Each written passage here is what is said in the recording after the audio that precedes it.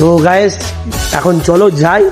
আজকে ব্লগটা একটু ছোটোখাটো ধামাকাদার বলবো না, কারণ আজকে ছোটো মিনি ব্লগ হবে। গলাটা একটু ভালো হয়েছে, চলো দুদিন ব্লগ দিইনি, আজকে আমি ব্লগটা দেবো। সো গাইস তাহলে দেখা হচ্ছে তোমাদের ব্লগের সাথে। So let's go.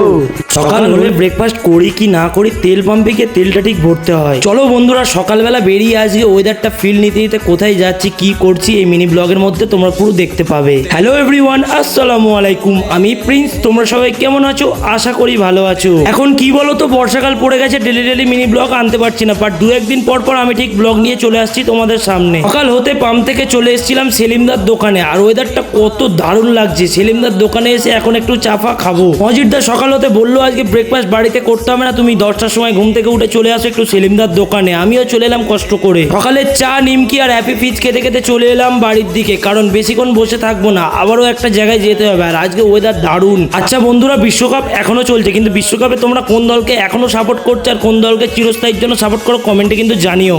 ব্লগ নিয়ে কোথায় যাবো? এখন যাবো মুচির পুল নতুন ব্যাংকের অ্যাকাউন্ট করতে। ক্যামেরাম্যান হচ্ছে ফিফা চোর, মানে আর্জেন্টিনার সাপোর্টার। মেসি মেসি বলছে, কিন্তু তোমরাই কমেন্টে বলো মেসি কি ওটা চোর না মেসি নয়।